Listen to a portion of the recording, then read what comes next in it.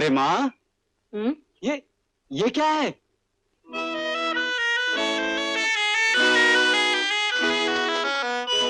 किसके हो सकते हैं? ये तो किसी जानवर के पैर का निशान लगता है। क्या? बिल्कुल लोमड़ी जैसे, लेकिन किसी लेडीज हाई जूते के निशान भी हो सकते हैं। मगर इस घर में कोई हाइल पहनता ही नहीं भैया। मंजू दीदी, जरा यहाँ आइए। मैं? हाँ। अपने जूते दिखाइए। देखो। अरे, ये तो तुम्हारे ही जूते के निशान है। लेकिन मेरे जूते तो बिल्कुल साफ है, इसमें कीचड़ कहाँ लगा हुआ है? शायद सुबह आप गार्डन से यहाँ आई गई होंगी। जी नहीं, सुबह से पहली बार नीचे उतर के आई हूँ। तो शायद आपका जूता खुद ब खुद कीचड़ लगा के यहाँ वहाँ घूम रहा होगा। क्या मतलब? मतलब कुछ नहीं मंजू दीदी, जिसके जूते के निशान है उसे ही साफ करने पड़ेंगे। क्यों माँ, ये हमारे घर का कायदा है। अरे अजीब कायदा है। ठीक है, अगर इस घर का यही कायदा है तो मैं साफ कर देती हूँ। गोपीनाथ, डस्टर लाओ। लाइए, मुझे दीजिए, मैं साफ कर देता हूँ। क्यों? मुझ पर इतनी मेहरबानी क्यों?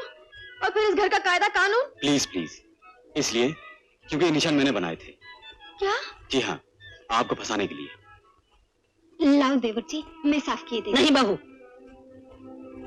ये इंदर को ही साफ करने दो। मुझे इस तरह के मजाक बिल्कुल पसंद नहीं।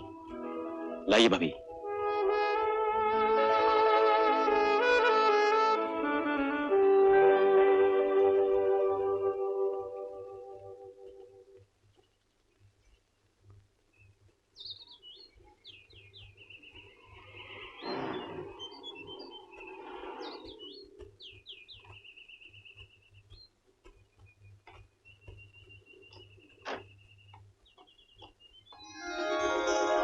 अरे आप यहाँ कैसे बैठी हैं? कैसे मतलब? जैसे बैठा जाता है वैसे ही बैठी हूँ। ओफो, लगता है बहुत ऑफ मूड में हैं आप। इस घर में ऑन मूड भी कोई रह सकता है? ऐसे मुंह लटका करके मैं नहीं रह सकती। मैं तो 1-2 दिन में चली जाऊंगी। नहीं नहीं, ऐसे मत कीजिएगा प्लीज, नहीं तो मुझे। नहीं तो क्या? बहुत बुरा लगेगा। लगेगा कि आप मेरी वजह से जा रही हैं। सच। अच्छा, कल से आप इतनी हमदर्दी क्यों दिखा रहे हैं? इतने शिवरस क्यों हो गए? कल सबके सामने मुझे बेइज्जत करने का इतना अच्छा मौका छोड़ दिया आपने। आपकी बेइज्जती करने का इरादा थोड़ा ही था, वो तो आपकी चाल का मैं जवाब देना चाहता था। जब देखा कि मामला बहुत सीरियस हो गया है तो अपनी चाल वापस ले ली। अच्छा एक बात बताइए, क्या शरारत करना बुरी बात है? अरे यही तो मैं आहिस्ता। ये तो मैं पूछना चाहती हूँ कि शरारत करना कोई बुरी चीज है क्या? आप लोग ऐसे रहते कैसे हैं बाबा? कोई खेल नहीं, कोई शरारत नहीं, इस तरह बंदे बंदे रहने में दम नहीं घुटता है? डिसिप्लिन को बंधन थोड़ी कहते हैं। लेकिन इतनी डिसिप्लिन क्या अच्छी लगती है? नहीं, बात यह है कि बचपन से आदत जो पड़ गई है। मुझे तो लगता है इस घर में सभी को आदत पड़ गई है। आप अगर साथ दें तो मैं आपको एक प्लान बताऊं। कैसा प्लान? आप किसी को बोलेंगे तो नहीं? नहीं। प्रॉमिस? प्रॉमिस। तो मिलाइए हाथ। तुम्हारे अंदर भैया कह रहे थे कि तुम्हें मॉडर्न म्यूजिक का बहुत शौक है। घबरा मत, मुझे भी है, लेकिन तुम तो सबके सामने सुन नहीं सकते। इस तरह चुपके चुपके म्यूजिक सुनना, इतना डिसिप्लिन, क्या तुम्हें अच्छा लगता है? अच्छा लगता है? क्या बताऊं मंजू दीदी, मैं तो आसमान में उड़ने वाली एक चिड़िया हूँ जो इस पिंजरे में बंद पड़ी है। कभी कभी जी चाहता है कि मैं इस कानून के पिंजरे को तोड़कर उड़ जाऊं। जगन जी, अगर आप मेरा साथ देना तो मैं इस घर में निर्मल आनंद की गंगा बहा दूं। मैं बिल्कुल तैयार हूँ, कहिए क्या करना है। पहले ये बताइए कि इस घर में किस चीज में दिलचस्पी है? जैसे हमारा तुम्हारा म्यूजिक में है, आंटी जी की डिसिप्लिन और महिला समाज में है, अंकल जी की गार्डनिंग और फूल पत्ती में है। नहीं? हाँ, मुझे तो लगता है कि पप्पा को फूल पत्ती से ज्यादा दिलचस्पी खाद में है।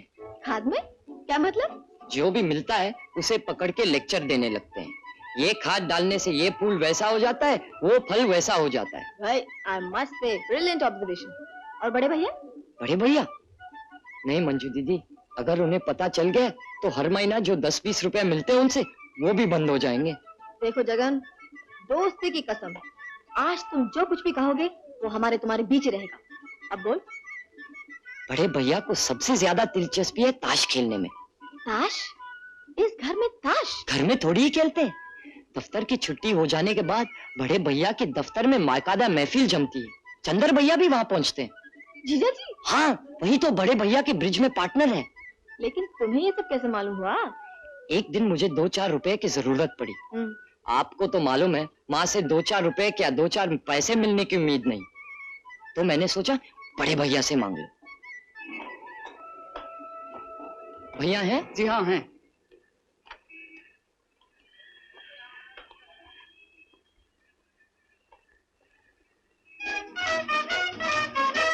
एस। भैया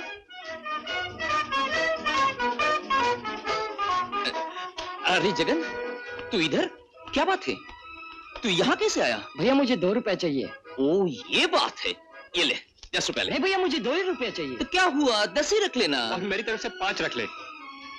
मगर देख जगन, इसके बारे में माँ से कुछ ना कहना है। अब आप ही बताइए मंजू दीदी, जो मुर्गी सोने का अंडा देती हो उसे कोई कभी काटता है? जब भी पैसे की जरूरत पड़ती है मैं वहीं चला जाता हूँ, 1 रुपया मांगता हूँ, 10 मिलते हैं। अब भला मैं माँ को क्यों बताऊं? नहीं नहीं जगन, तुम्हें ऐसा नहीं करना चाहिए। 1 रुपए की जरूरत हो तो 1 ही मांगना चाहिए, 10 नहीं। नहीं तो इसे ब्लैकमेल कहा जाता है। हाँ मंजू दीदी, मुझे भी कई बार ऐसे ही ख्याल आया। अच्छा अभी ये बताओ, बड़ी भाभी को किस चीज में दिलचस्पी है? बड़ी भाभी को? वो दिलचस्पी तो हर औरत में होती है, जरूर आप में भी होगी। वो क्या वो क्या? घंटों आईने के सामने खड़े होकर खुद अपनी फिगर देखना, बार बार आंचल संवारना। कभी कभी तो मैंने उन्हें आईने के सामने डांसिंग पोज बनाते हुए देखा। Dancing pose? हाँ, ऐसे वैसे। बात यह है मंजू दीदी कि इस घर में अपने मन का काम चोरी छिपे ही करना पड़ता है। सब कुछ कायदे में बंधा है ना।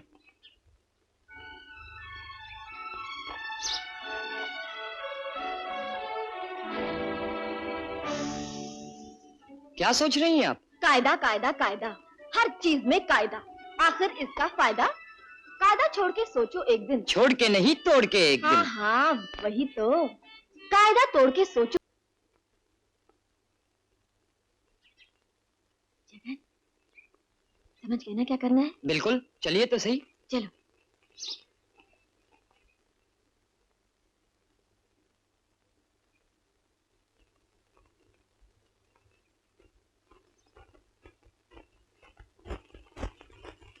बड़े भैया।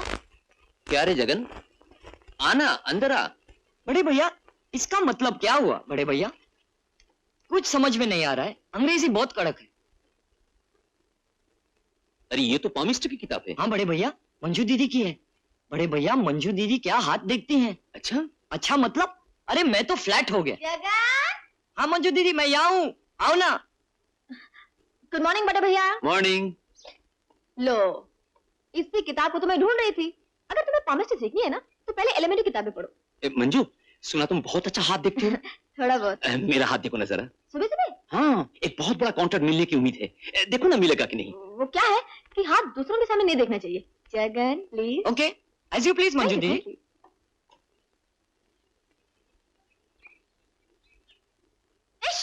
क्या हुआ? इतनी फैबुलस सनलाइन और आप बिजनेस में चले गए? आप तो स्पोर्ट्स में वर्ल्ड फेमस हो सकते थे। मंजू, तुम तो पकड़ी गई। क्यों? मैं तो बचपन में सिर्फ गिल्ली डंडा खेलता था। लाइए लाइए, फिर से लाइए। हम्म। ओहो, ये डबल लाइन ऑफ मार्क्स यहाँ आकर के कट गई, इसलिए तो। बड़े भैया, आप इंडोर स्पोर्ट्स में वर्ल्ड चैंपियन हो सकते थे। आप बिलियर्ड खेलते हैं? नहीं। नहीं? Table tennis? नहीं। तो शतरंज तो जरूर खेलते होंगे। नहीं। वो भी नहीं? लाइए। ओह ताश। मेरा मतलब जुआ नहीं, जैसे कि ब्रिज। मंजू, तुम तो रियली ग्रेट हो। क्लब में सभी कहते हैं कि मैं या चंदर आसानी से नेशनल चैंपियंस हो सकते हैं। अच्छा देखा, मैंने कहा था ना। तो हो जाए एक दिन कंपटीशन, आप और जीजा जी, मैं और अंजू दीदी। तुम लोग भी ब्रिज खेलते हो क्या? हम लोग भी चैंपियन हैं भैया मोहल्ले के। कहिए, चैलेंज एक्सेप्ट करते हैं? इस घर में ताश सैक्रिलेज, माँ को मालूम पड़ गया तो सत्यानाश। बड़े भैया, आप क्या समझते हैं कि ब्रिज जैसा महान दिमाग का खेल खेलना सच में जितना खराब है? आंटी जी को अच्छा नहीं लगता है तो उन्हें मालूम नहीं पड़ना चाहिए। हम उनका अपमान करने के लिए थोड़ी खेलेंगे, हम तो सिर्फ निर्मल आनंद के लिए खेलेंगे। इसके बाद भी भैया, अगर आप कहेंगे कि आप नहीं खेलेंगे ना, तो मैं समझूंगी कि आप हारने के डर से नहीं खेल रहे हैं। ठीक है, कल संडे है, छुट्टी। माँ महिला केंद्र के काम पर चली जाएंगी, तब खेलूंगा। पर मंजू, ये बात हम चारों के सिवा और किसी को मालूम नहीं होनी चाहिए। ओके, मिलाइए हाथ।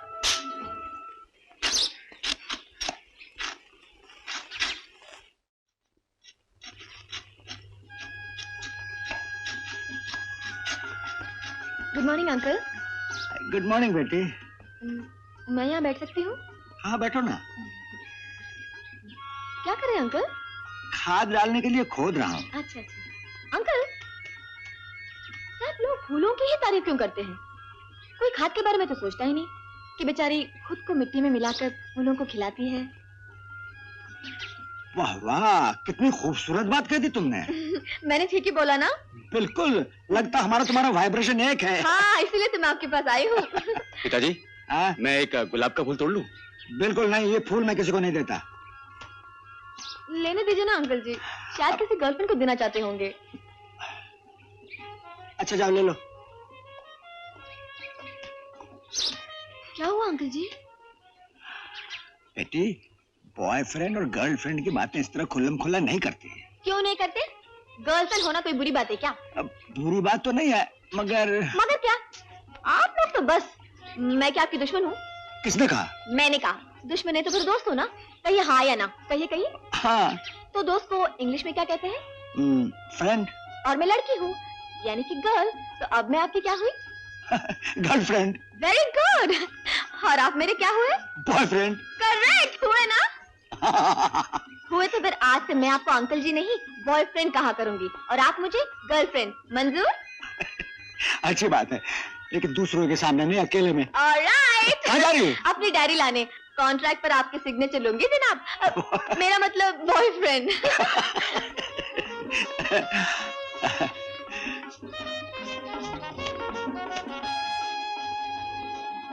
भाभी, आपने मुझे बुलाया?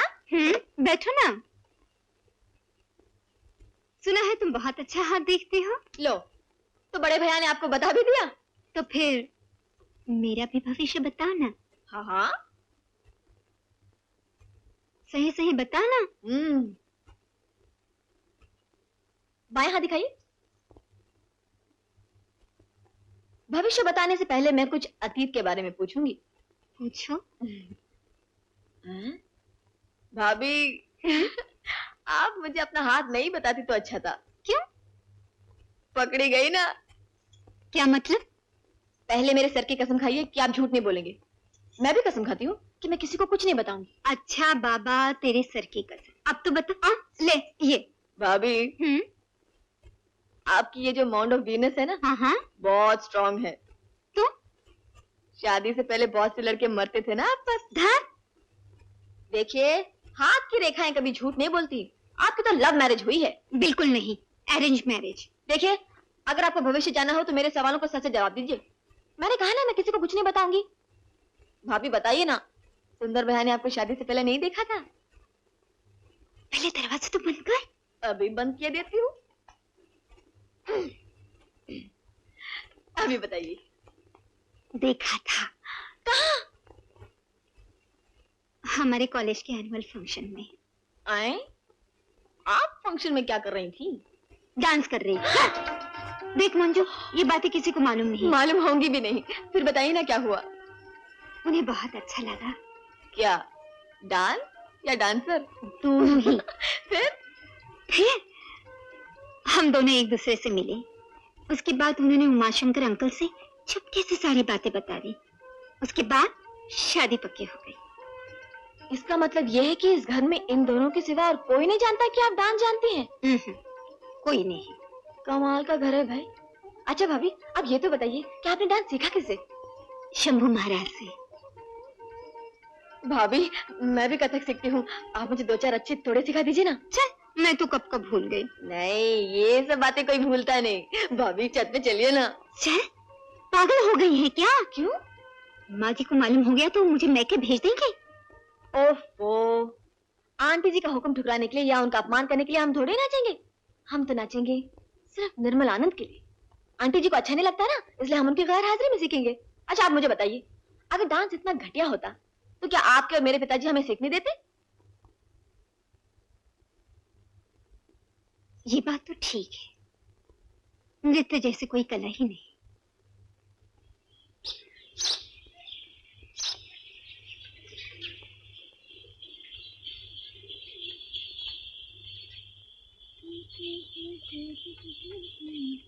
कौन? ओह आप जी, यहाँ क्या कर रही हैं? पिताजी को चिट्ठी लिख रही हूँ। अरे ये कोई जगह है चिट्ठी लिखने की? हाँ, जरा प्राइवेट मामला है ना, आइए ना। सुनिए, मेरे आने से आपको बहुत परेशानी हुई ना? क्यों? देखिए ना, मैं आई तो आप बेघर हो गए। मैंने आपके कमरे को ऑक्यूपाई कर लिया। नहीं नहीं, ऐसी कोई बात नहीं है। देखिए ना, अगर मैं आपके घर में रहने आता और आपके यहाँ एक्स्ट्रा बेडरूम नहीं होता तो आप मुझे अपना कमरा दे देती ना? आई होप्स। मैं तो अपने कमरे में किसी को घुसने तक नहीं देती हूँ। अच्छा, ये तो बताइए, वो गुलाब का फूल कैसे लगा आपकी गर्लफ्रेंड को? मुलाकात नहीं हुई। अरे, तो फिर क्या किया आपने उस फूल का? उस फूल को मैं उसके ड्रेसिंग टेबल पर रखाया हूँ, एक क्लास में। चलो, ये भी एक अच्छा तरीका है प्यार जाहिर करने का। देखेगी तो बहुत खुश हो जाएगी। भाई क्या मालूम, बिगड़ भी तो सकती है। क्यों? उसके दिमाग का कोई भरोसा नहीं। वैसे है लाखों में एक, पढ़ाई लिखाई में कमाल और कला में तो कमाल अमर हुई है। देखिए, एक लड़की के सामने दूसरी लड़की की इतनी तारीफ नहीं करनी चाहिए। Bad manners. अच्छा, आप उस लड़की से शादी क्यों नहीं कर लेते? सच बताऊं, इरादा तो कुछ ऐसा ही बन रहा है, लेकिन वो मेरे बारे में क्या सोचती है उसका मुझे मालूम नहीं। अच्छा सुनिए, आप मेरी थोड़ी सी मदद करेंगी? मैं? वो कैसे? उसकी मन की बात जानकर अगर आप मुझे बता दें तो आपका बड़ा एहसान होगा। ठीक है, पहले मिलाइए तो उसे। मिलाऊंगा बाद में, फिलहाल उसकी फोटो देख लीजिए। मेरे कमरे में, मेरा मतलब आपके कमरे में ड्रेसिंग टेबल पर एक लाल रंग की किताब है, उसी में उसकी तस्वीर है। अगर आप पसंद कर लेंगी तो मैं बात आगे बढ़ाऊंगा। फिर तो मैं अभी देखकर उसे कैंसिल।